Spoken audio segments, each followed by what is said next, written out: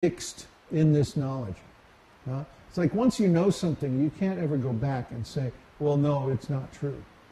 You have to be crazy to do that.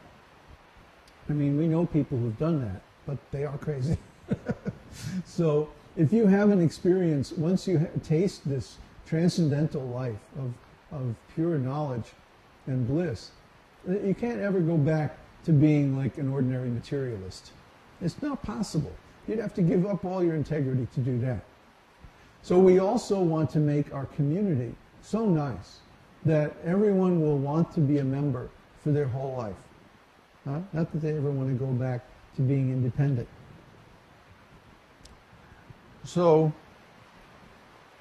if you can overcome the influence of impersonalism, the influence of material education, the influence of social conditioning, and if you can actually put this knowledge into practice in your life, then you will experience the benefits.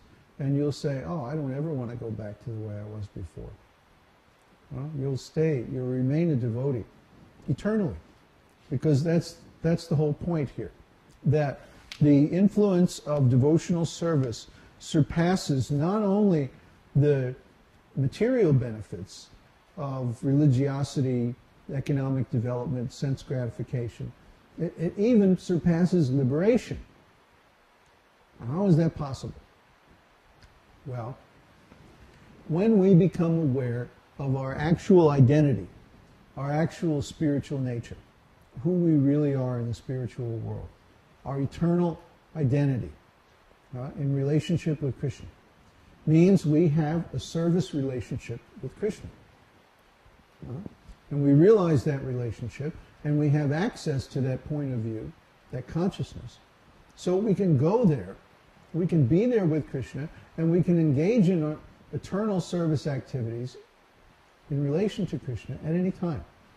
This is called self-realization, technically called svarupa siddhi, that one becomes, he gains the perfection of knowing his eternal relationship with the Lord, and then acting in that relationship on the spiritual platform at any time.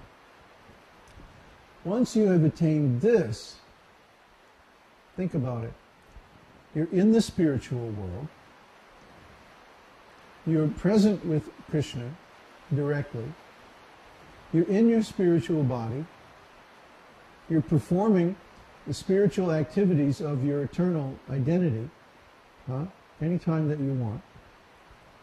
So you have already got everything that is included in the 4 different kinds of liberation. Isn't it? You know the 4 kinds of liberation? What are they? Well, there's 5, but one is impersonal. Yeah, we don't care about that one. Sarupya, which is having the same form. Speak up so people can hear you. Sarupya, Mukti, which is having the same form as the Lord. Salokya, Mukti, which is living on the same planet as the Lord. Sarshti, which is having the same opulences as the Lord. And Samipya, which is having the personal association of the Lord. That's right. I hope you all heard that. So those 4 opulences, or those 4 types of liberation, are automatically included in pure devotional service, or complete self-realization, however you want to term it. So, why do we need to strive separately for liberation when simply by performing our eternal activities in pure devotional service we automatically get all the results of all the different kinds of liberation that are acceptable to a devotee? The 5th kind of liberation is merging with the existence of the Lord, and we don't care about that. So why should we endeavor separately for religiosity, economic development, sense gratification, and liberation when the benefits of all of those activities are easily or effortlessly available to one who has developed pure devotional service to the Lord?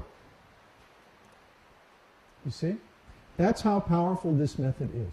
That by executing this devotional service in consciousness of pure love of Krishna, you automatically get all the benefits that are obtainable by any other process of advancement, either material or spiritual.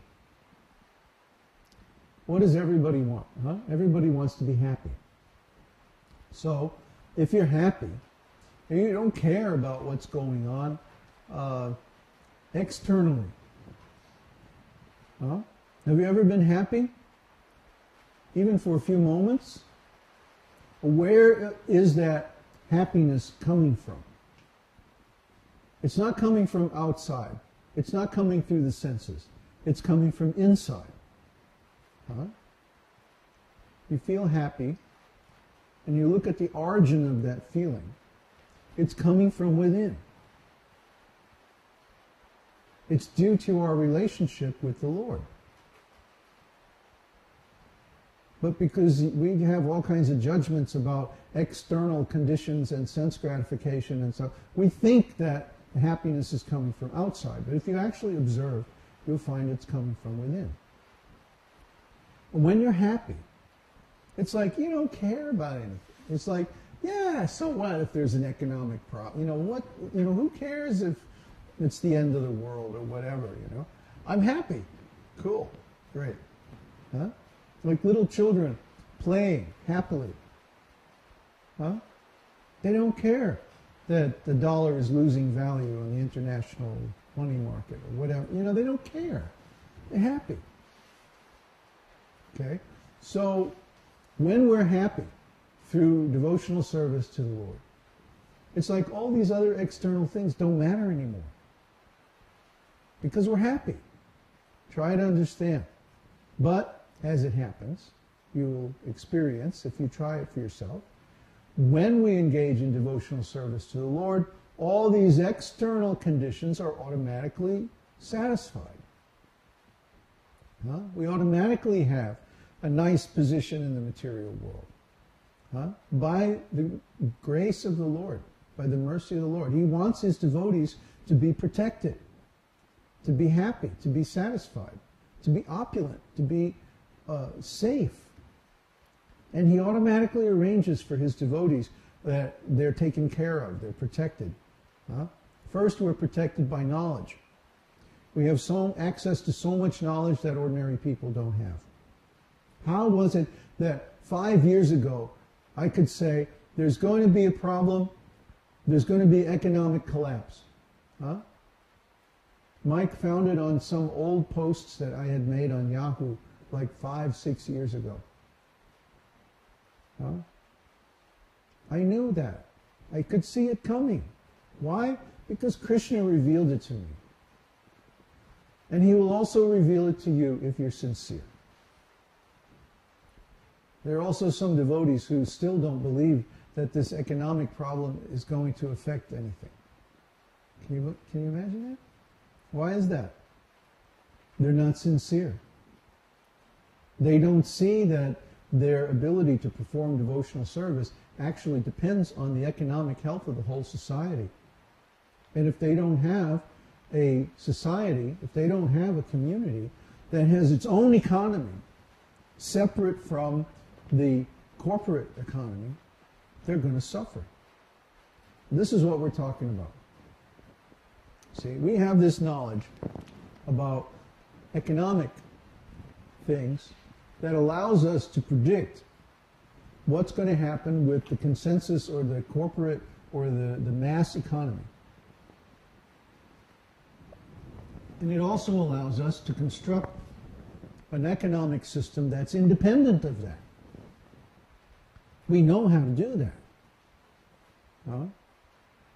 Srila Prabhupada gave all kinds of instructions that show us how to create a separate economy, so that when the external or material or corporate economy crashes, we won't be affected. He showed us how to do that. But have his devotees, have his students implemented those instructions? No. Why? Because it was politically inconvenient.